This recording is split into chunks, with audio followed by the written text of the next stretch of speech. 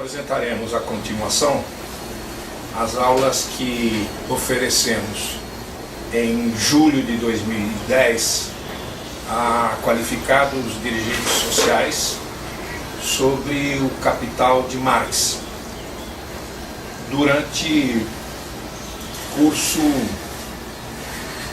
coordenado pelo professor José Paulo Neto, curso que se desenvolveu nas instalações da Escola Nacional Florestan Fernandes, do MST, do Movimento dos Trabalhadores Sem Terra. Não existe outra forma de encarar o estudo dessa magnífica obra de Marx, se não começar pelo seu capítulo inicial, o capítulo da mercadoria. É verdade que a leitura desse capítulo apresenta dificuldades, mas não é impossível realizá-la com sucesso. Basta vontade e determinação. Várias são as razões para as dificuldades dessa leitura. De certa maneira, esse capítulo ele condensa toda a questão do método de Marx. Então aí aparece a relação entre forma e conteúdo, essência e aparência, desenvolvimento de categorias. Então é um capítulo realmente complicado. E eu diria que, superado esse capítulo, a leitura dos capítulos seguintes já começa a ser já mais palatável e quase que a gente pode seguir a leitura sozinho, né? Depois desse primeiro capítulo, poucos capítulos são difíceis, muito poucos realmente, né? Um ou outro. Em geral, os capítulos são muito mais fáceis. E aí a questão, digamos, o conceito central, fundamental, que vai estar presente em praticamente todo o Capital, é o conceito de valor, não é isso? O conceito de valor. Antes disso, o objetivo do Capital é estudar as leis de funcionamento e desenvolvimento da sociedade capitalista. O ponto de partida vai ser o estudo da mercadoria, porque na sociedade capitalista a produção de mercadorias é uma produção generalizada. E o conceito fundamental que vai aparecer aí é o conceito de valor, que não é um conceito muito fácil. E é extremamente importante. E é por isso que eu vou escrever aqui em que consiste esse conceito, deixar meio de lado aqui para a gente não precisar apagar em nenhum momento, para ficar a semana inteira aqui, para que a gente se lembre desse conceito que é fundamental. Não é isso? E o que a gente pode dizer? Que o valor é a quantidade de trabalho. Eu vou resumir aqui vou simplificar para não perder muito tempo. Quantidade de trabalho socialmente necessário para produzir a mercadoria. Não é isso? Isso todo mundo sabe. Escreveu aí, não? Ah, bom. Quantidade de trabalho socialmente necessário para produzir a mercadoria é o que define o valor. Se eu ficar me movimentando muito, eu vou te dar mais trabalho, né? Vou ver se eu me mantenho no... Todo mundo escreveu isso daqui?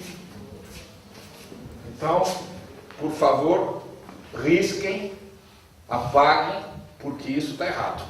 Não é nada disso. Valor não é isso. E a gente está acostumado a ouvir que valor é isso, mas não é. Qualquer livrinho de divulgação de Marx que fale do capital define o valor como quantidade de trabalho socialmente necessário para produzir a mercadoria, não é isso?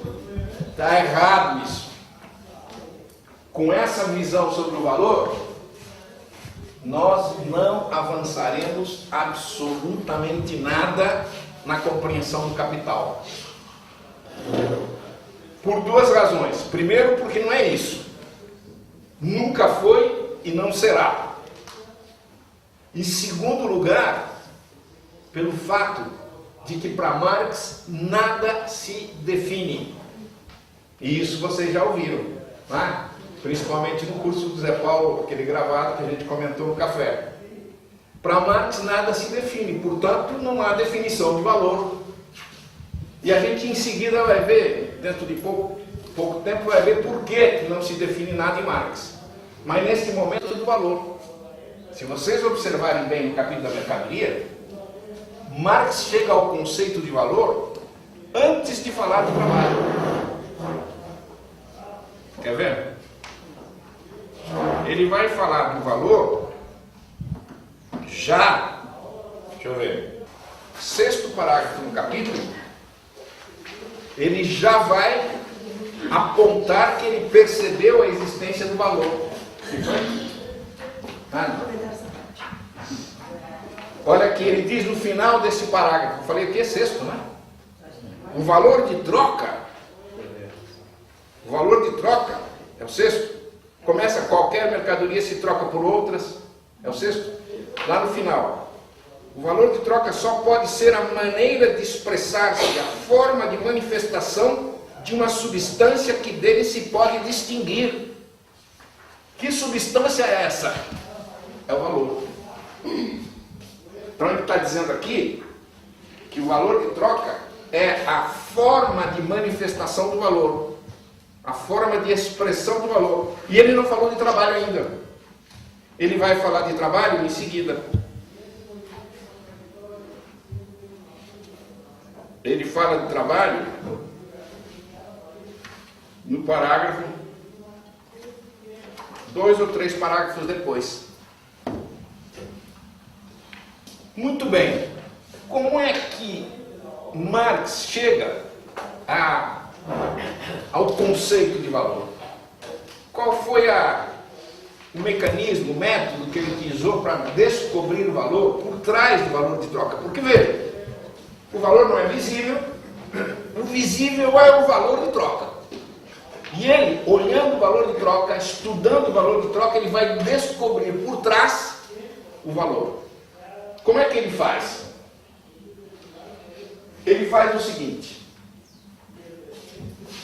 observando o valor de troca, ele vê que o valor de troca tem duas características. O valor de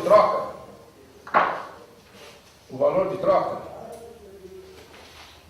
ele é, primeiro, relativo. Isto é, o valor de troca de uma mercadoria depende da outra mercadoria. Mudando a outra mercadoria, muda o valor de troca. Então ele é relativo. Relativo a quê? Relativo a outra mercadoria. Ele é relativo.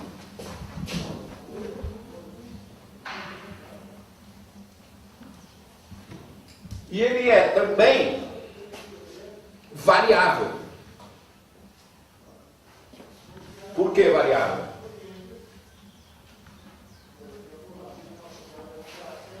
Na verdade, o valor de troca varia segundo o lugar e o momento, tempo e espaço. De hoje para amanhã, o valor de troca de uma mercadoria muda. O preço da mercadoria muda, de hoje para amanhã. Daqui para São Paulo, o preço da mercadoria é diferente. Então, o valor de troca, ele é variável. Além de relativo, ele é variável.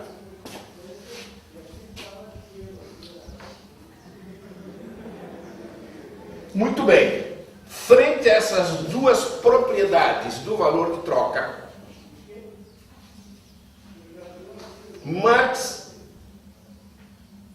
a Marx é sugerida a possibilidade de que o valor de troca seja também casual. Isto é, se ele é variável e relativo, parece que ele não tem explicação. Parece que ele seja casual. Se é casual, não tem explicação. E justamente o que ele quer mostrar é que ele precisa demonstrar é que o valor de troca não é casual e que sim tem uma explicação. E mais, que essa explicação, apesar do valor de troca ser relativo, que essa explicação está no interior da mercadoria, vamos chamar aqui mercadoria A, no interior da mercadoria A. Ele precisa demonstrar isso. Se ele conseguir mostrar que apesar de casual e relativo, casual não, desculpe, apesar de variável e relativo, que o valor de troca tem uma explicação e que essa explicação está no interior de A, apesar de ser relativo, é alguma propriedade de A.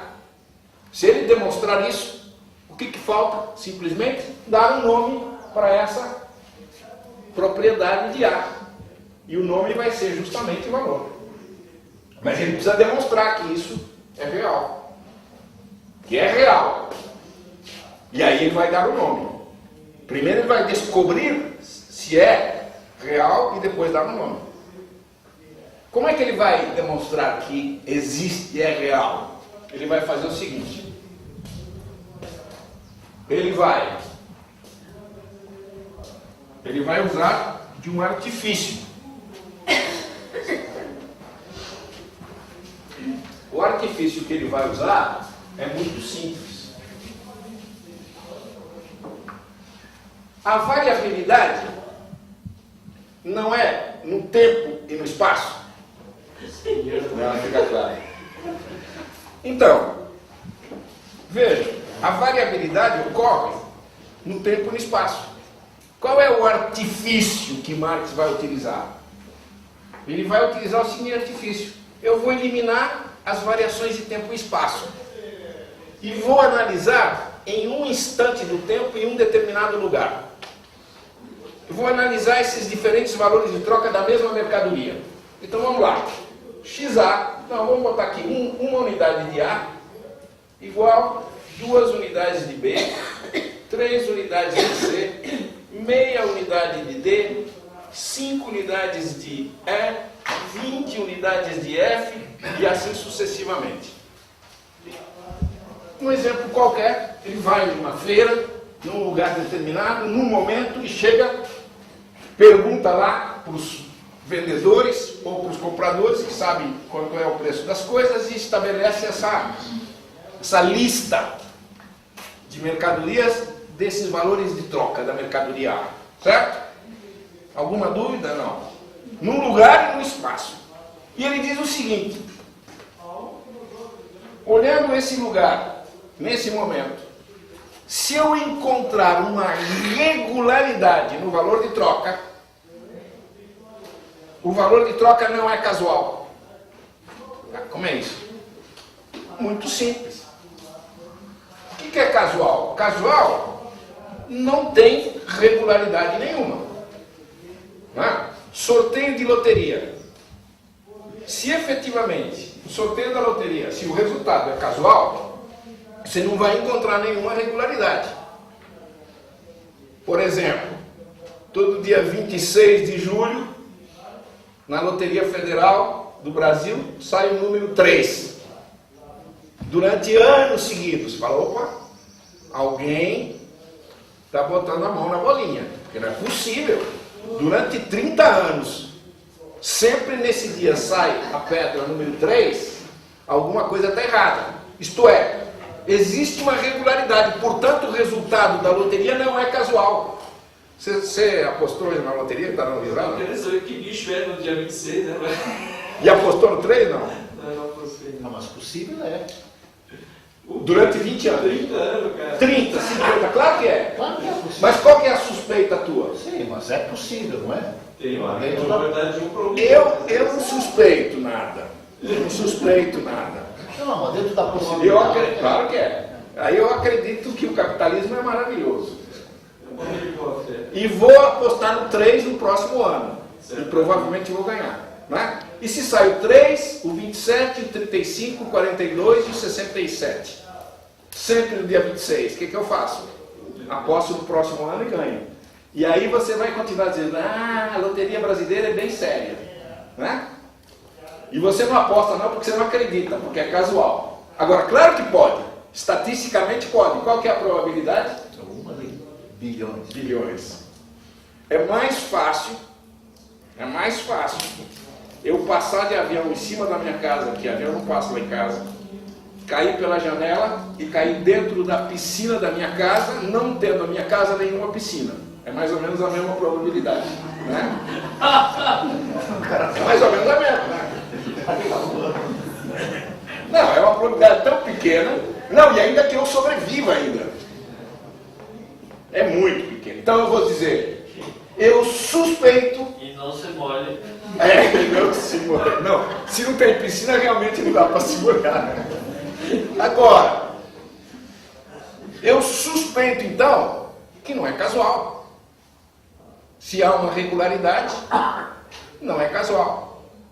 E ele vai buscar essa regularidade. E qual é a regularidade que ele encontra? Veja. Se ele quiser saber qual é o valor de troca de C, ele precisa perguntar para alguém? Não, que já está implícita nessa tabela aqui. 3C igual a 1A, 2B, 0,5D e assim sucessivamente. Quer dizer, o valor de troca de uma delas já está implícita aqui. O que significa isso? Aliás, de todas elas, eu já sei qual é o valor de troca. Eu consigo então igualar a 3C, a 2B, a meio D, a 5E e assim sucessivamente. O que significa isso? Significa que o mercado diz que todas essas quantidades aqui são iguais entre si. Correto? Correto? Todas as quantidades que estão do lado direito são iguais entre si. Quem diz que são iguais? O mercado. São iguais entre si. E essa é a regularidade. Portanto,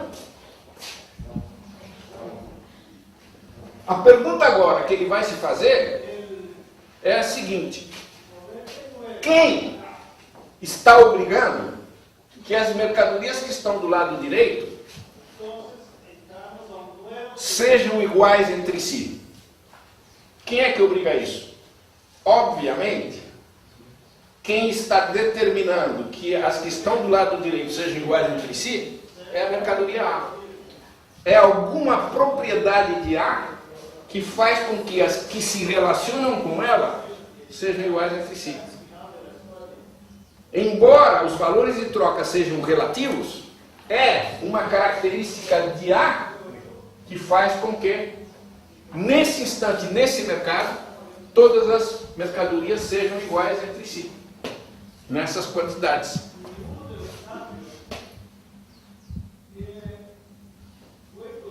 Há aqui uma possível objeção, que é a seguinte: mas Marx utilizou como é que eu chamei? Subterfúgio? Não, um artifício. Porque ele eliminou as variações do tempo e do espaço. Não é? Qual é a resposta a isso? Bom, mas acontece que a igualdade entre as diferentes mercadorias que estão do lado direito, a igualdade entre elas ocorre em qualquer lugar e em qualquer momento. Só que em outras proporções. Digamos que aqui seja o mercado de Guararema, G, hoje.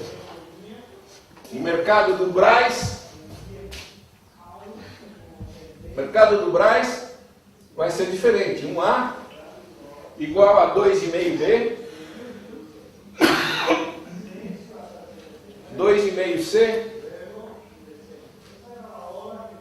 0,7 E e qualquer outra coisa. Mas todos os diferentes valores de troca da mercadoria A no mercado do Brás vão ser iguais entre si. E se eu pensar no mercado do Brás uma semana atrás, claro que os valores de troca vão ser diferentes, mas todos vão ser iguais entre si naquele momento e naquele lugar. Isso significa que está garantida a ideia da regularidade, portanto o valor de troca não é casual. Se ele não é casual, ele tem uma explicação.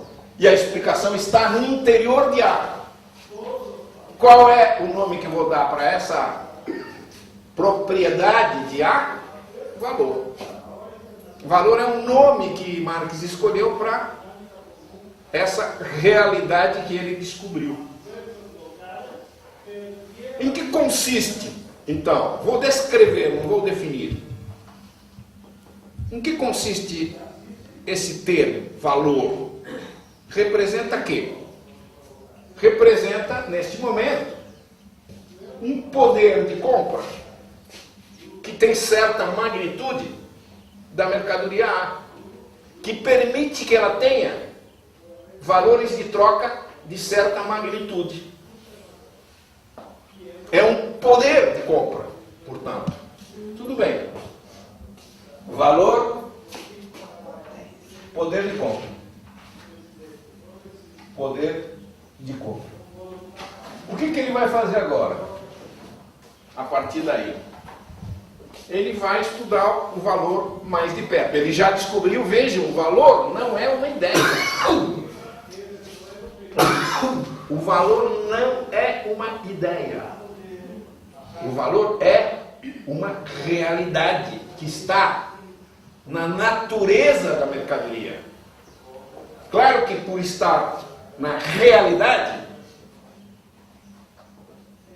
por ser real, por ser uma propriedade verdadeira da mercadoria, eu produzo na minha cabeça a ideia de valor.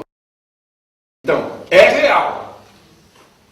O valor é algo real. E por isso eu crio na minha cabeça a ideia sobre ele. Para poder entendê-lo. Mas ele é real, não é uma simples ideia. Muito bem. O valor é um poder de compra da mercadoria. Vou olhar esse poder de compra, esse valor mais de perto. E vou pensar na cadeira. Essa cadeira aqui. Sei então que essa cadeira é útil, que eu posso usar para sentar, para descansar, para escrever, e eu sei que ela tem valor, porque ela pode se trocar por 1000 mercadorias. Primeiro eu vendo troco por dinheiro, depois eu compro o que eu quiser, numa certa quantidade, óbvio. Tá? A pergunta que Marx se faz agora é a seguinte: para ser cadeira, ou melhor, não vamos falar de cadeira, que é um negócio já mais modernoso. Vamos falar de um banquinho para sentar. Para ser banquinho para sentar, precisa ter valor? É indispensável para o banco, para a natureza do banco. Banco de sentar, não banco de dinheiro. Porque se fosse de banco de dinheiro seria bancária, né? Natureza bancária.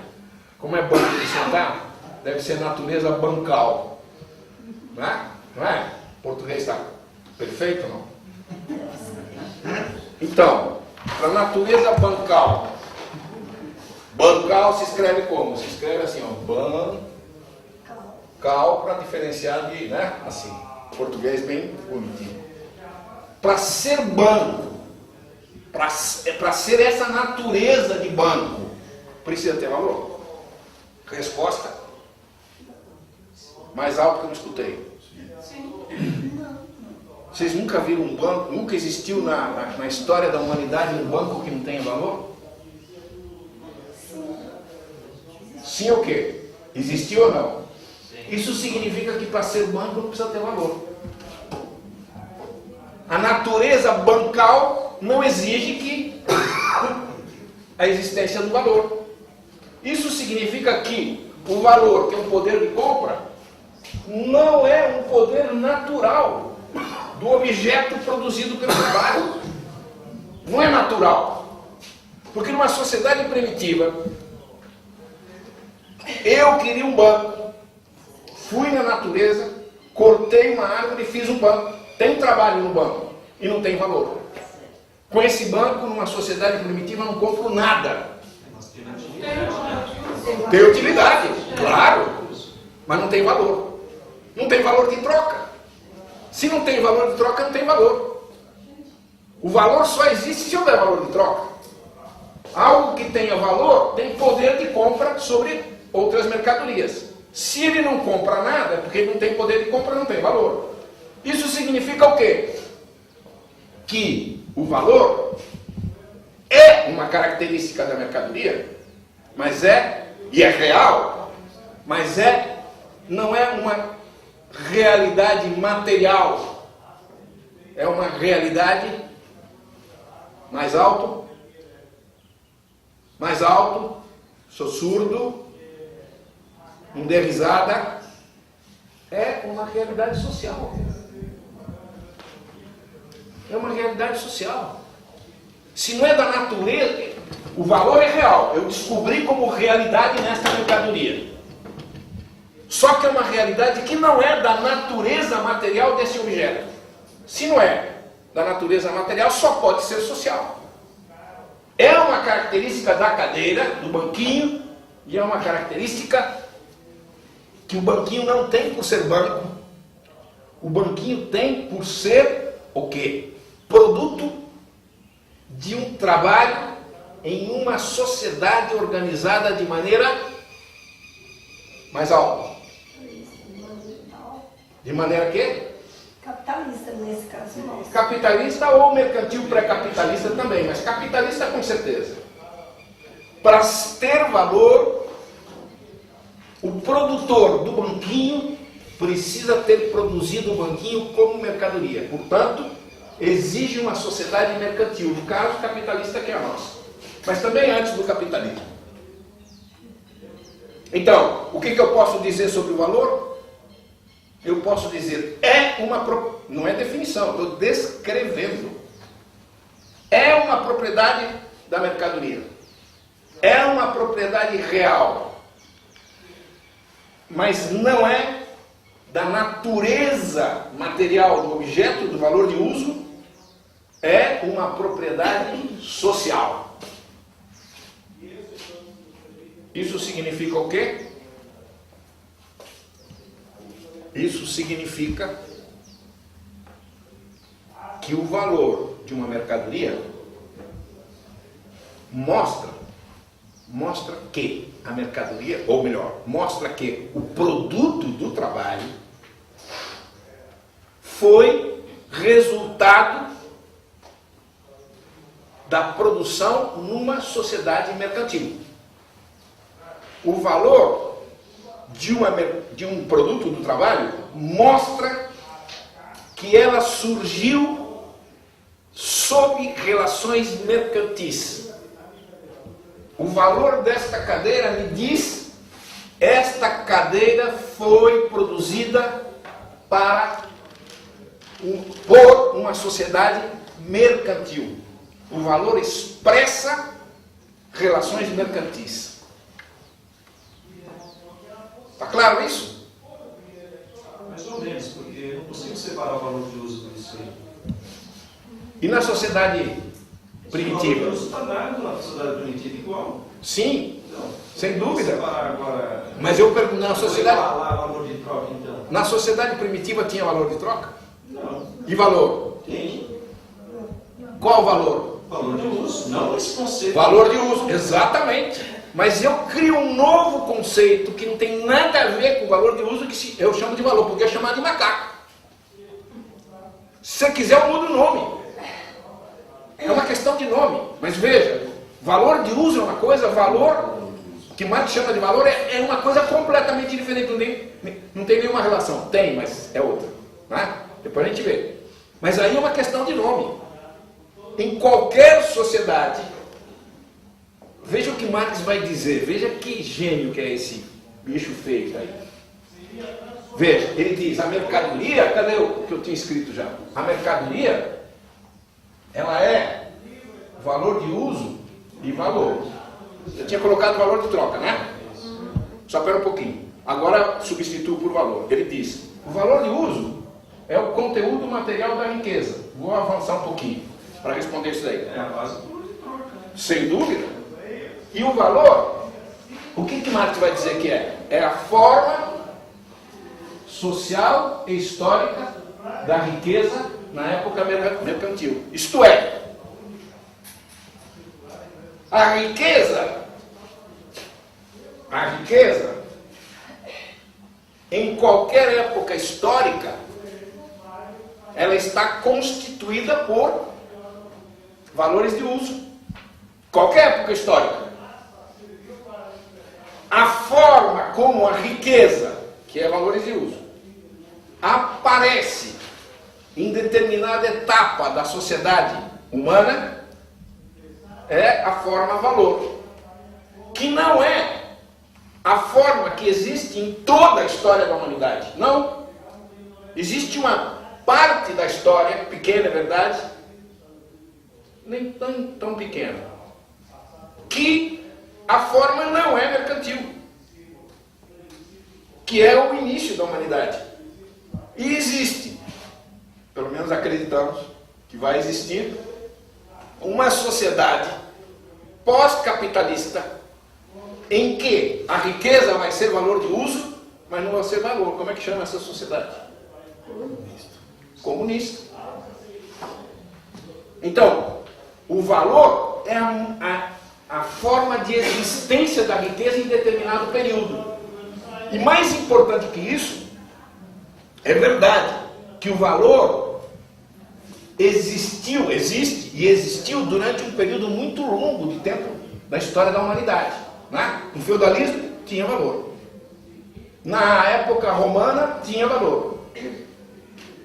Mas é só na sociedade capitalista em que o valor se generaliza.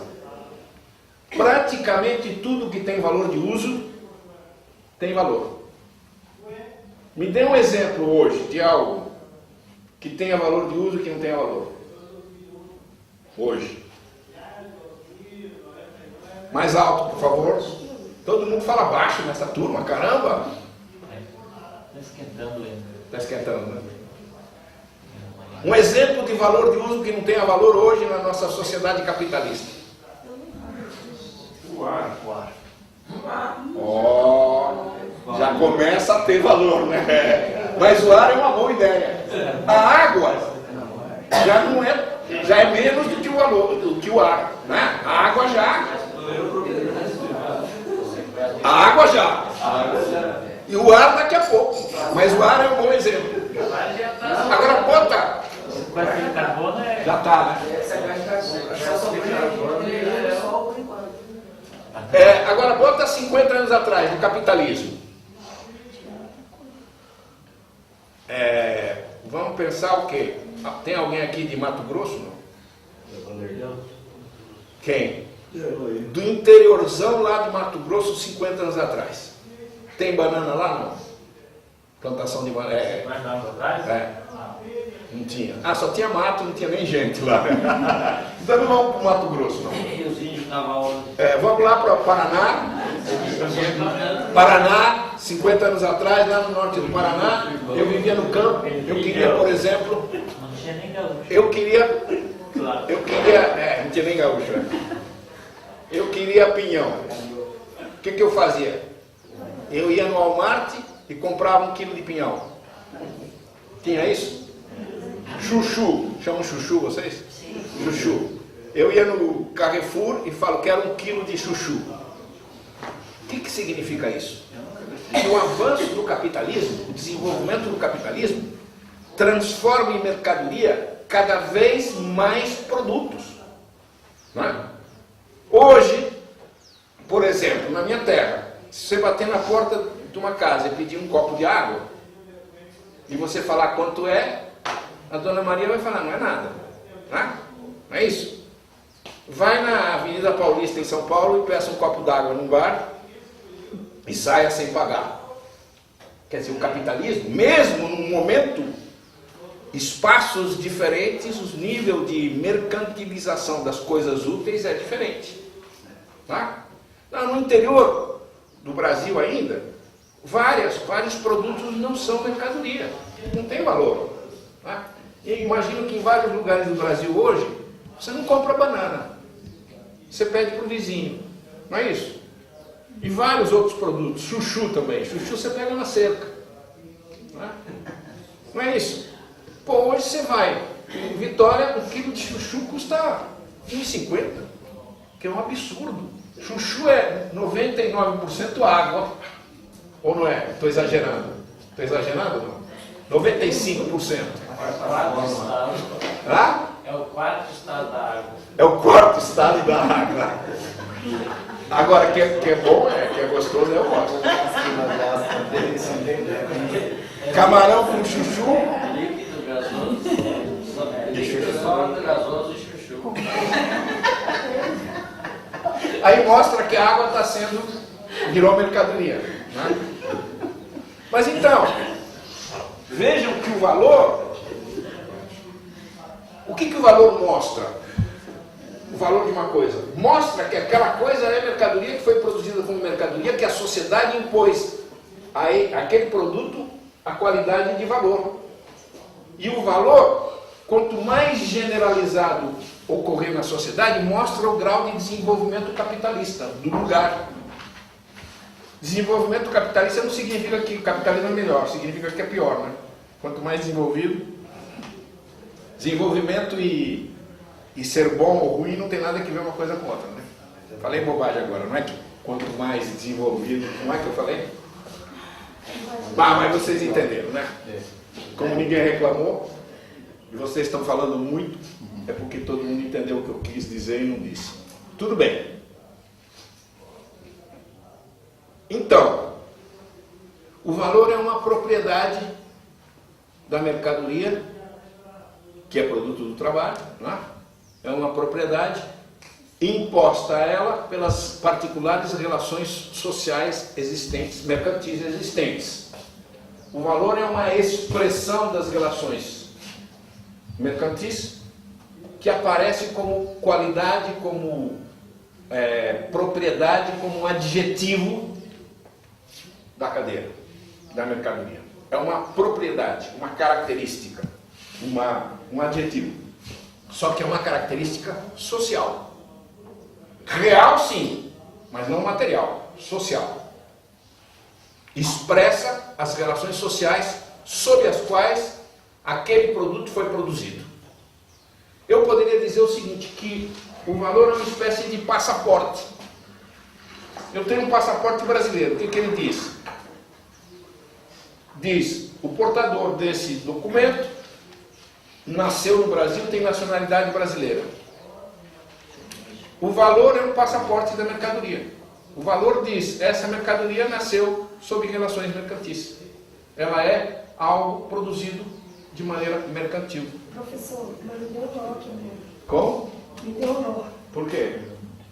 Aí se só tem uma sociedade, tá, que o valor é uma imposição social à mercadoria.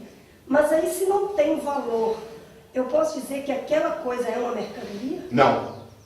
Não pode dizer. Agora diga uma coisa que não tem valor. Diga uma coisa que não tem valor Não, hoje. agora sim.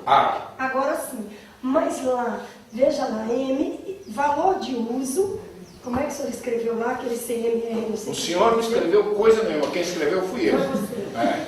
Então, melhor assim. Porque se só tem um valor de uso, eu vou dizer que é mercadoria? Porque Não, é aquela coisa... você não pode dizer mercadoria. Você pode dizer um produto do trabalho útil, mas não é mercadoria. E pode ser também uma coisa útil que não seja nem produto do trabalho. Certo. Na natureza você vai lá e tem uma árvore de pinhão. Pinhão é mais ou menos útil. Não é tão assim útil. Mas enfim, está lá na natureza. Estava, né? Estava porque agora é cultivado, né?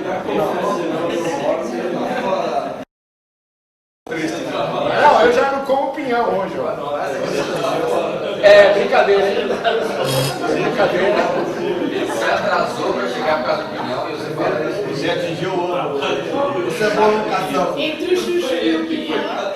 O cara carregou 1000 quilômetros. Isso significa que o sacrifício não é trabalho também. O cara carregou 1000 quilômetros com saco de pinhão. Agora veja o seguinte, ó. O pinhão hoje é cultivado, mas ainda tem natural, né? Mesmo o pinhão natural, como ele carregou o saco de pinhão natural para cá, teve o trabalho de carregar até aqui a mercadoria. E o pior, a gente vai ter que pagar para comer o pinhão que ele trouxe. E pagar o transporte. Mas então, o que eu posso dizer? É um objeto útil. Digamos, vamos falar do pinhão. Por quê? Porque na natureza, sei lá, um peixe na água. Um peixe na água é um objeto útil. Na verdade não é útil, é só útil se ele virar pescado, né? Mas enfim, é um objeto útil que a natureza oferece, que eu posso colher. Agora, o simples colher já implica trabalho. Não é? Uma maçã na árvore tem que subir na árvore e colher a maçã. E como é que fica o banquinho? O banquinho também. O banquinho tem trabalho. Na sociedade mercantil tem valor. Fora da sociedade mercantil não tem valor. Porque o valor não é trabalho.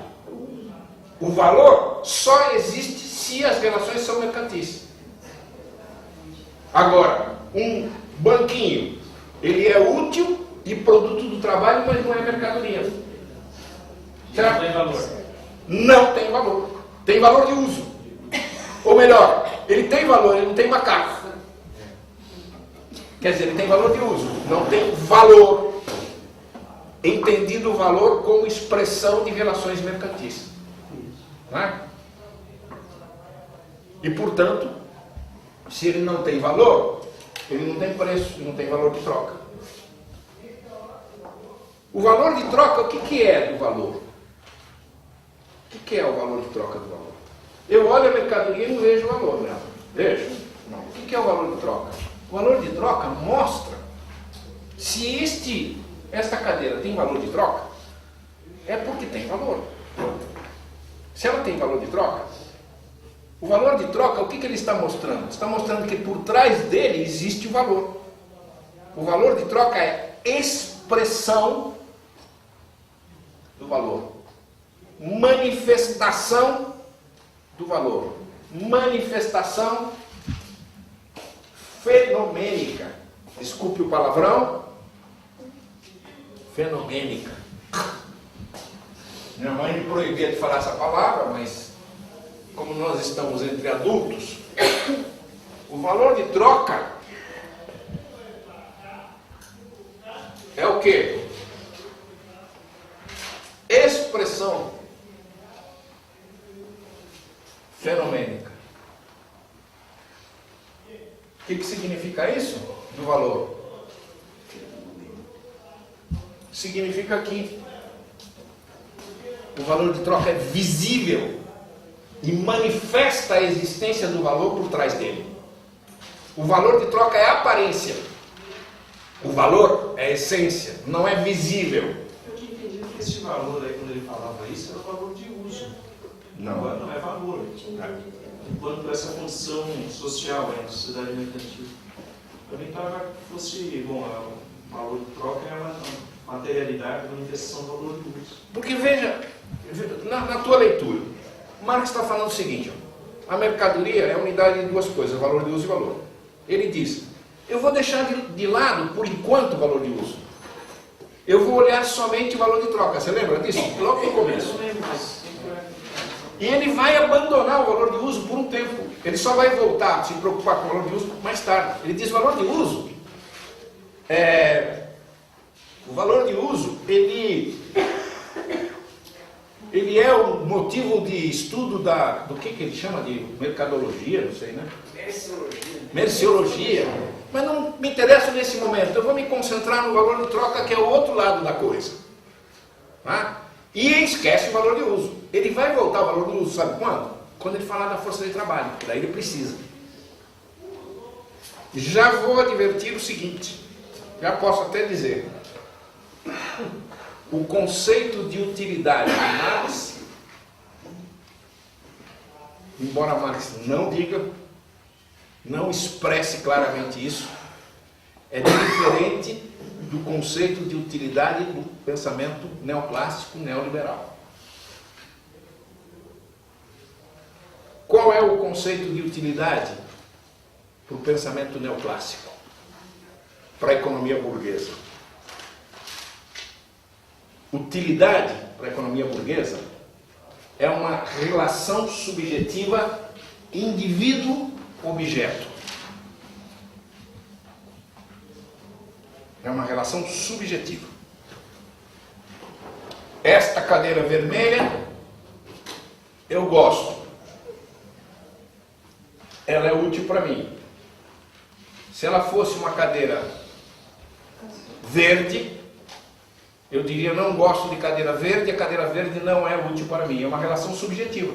E ao contrário, para você, a cadeira vermelha é inútil porque você não gosta e a cadeira verde é útil. Cada um tem o gosto que quiser e a utilidade é uma relação subjetiva. Subjetiva.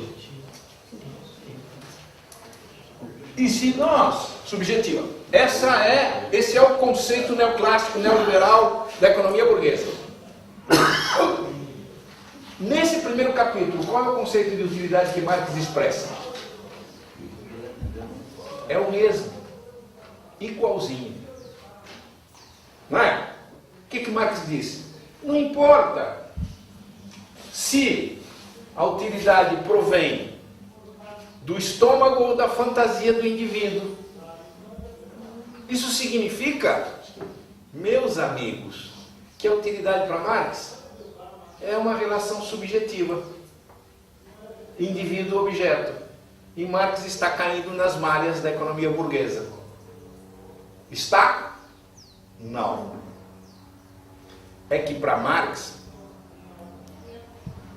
a utilidade, como qualquer conceito, ele tem dupla determinação.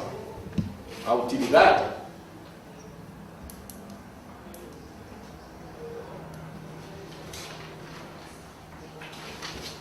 tem aparência e essência. Isso a gente sabe. Qual é a aparência desse conceito de utilidade? De fato, é uma relação subjetiva indivíduo-objeto. Subjetivo. E na essência, na sociedade capitalista, a utilidade? O que é útil na sociedade capitalista? É uma relação subjetiva a utilidade do capitalismo? Não. Na essência, é uma relação objetiva. É útil na sociedade capitalista aquilo que serve aos interesses do... Quem falou? Fala em voz alta. Qual que é o teu nome mesmo? Anotar aqui. Fala em voz alta. Do capital. Exatamente. Exatamente. É útil aquilo que serve aos interesses do capital. Porque o capital é o sujeito na sociedade capitalista. Pode não ter utilidade para a gente, mas... Não, e veja. Ele faz ter, né? Faz ter. E mesmo aquelas coisas que objetivamente a gente gosta, porque o capital nos impôs esse gosto. Então, por exemplo, eu gosto de feijão. Como feijão. Ele é útil para mim. Né? Um holandês gosta de batata. A batata é boa, mas não é batata inglesa? Por que é batata inglesa? Os ingleses, que não são bestas, descobriram a batata na América, no Peru, não é no Peru? Levaram a batata para a Europa e descobriram que batata é muito mais barata que a alimentação que o povão tinha lá, que os trabalhadores tinham lá. E aí fizeram os trabalhadores, durante a Revolução Industrial, engolir batata dia e noite. Vocês lembram daquele livro, como é? O Germinal, do Zola? Qual que é a alimentação básica dos trabalhadores das minas? Batata. E por quê? Porque batata é mais barato. E aí, a partir de um certo momento, várias gerações, os europeus falaram, pô, nós adoramos batata. Quer dizer, o padrão de consumo foi imposto pelo capital. Então, batata é útil porque interessa ao capital. Agora você fala, mas e se tiver um holandês que não gosta de batata? Isso é possível? Claro que é. E ele não vai comer batata? Não, tudo bem, mas o que importa? Um que não coma, não importa nada. Além do mais, se ele for proletário, que morra de fome. Não quer comer batata, que morra. Mas veja, isso significa que a utilidade também é uma relação subjetiva na aparência. E na essência é uma relação objetiva com o capital. Por que Marx fala no primeiro capítulo que a utilidade é uma relação subjetiva? Deixa implícito, não fala, mas deixa implícito. E não fala mais nada, porque ele não está interessado em discutir isso nesse momento. E a aparência é o visível. Ele viu que a utilidade é uma relação subjetiva, falou, é uma relação subjetiva e deixa para depois. Deixa para depois. Isso só vai ficar claro muito depois, mas ele não vai ser explícito não. Por isso que pouca gente percebe essa questão. Agora, fala, mas caramba, se a utilidade é uma relação subjetiva só na aparência, então ela não é real. Ao contrário. A aparência é uma das duas dimensões verdadeiras do real.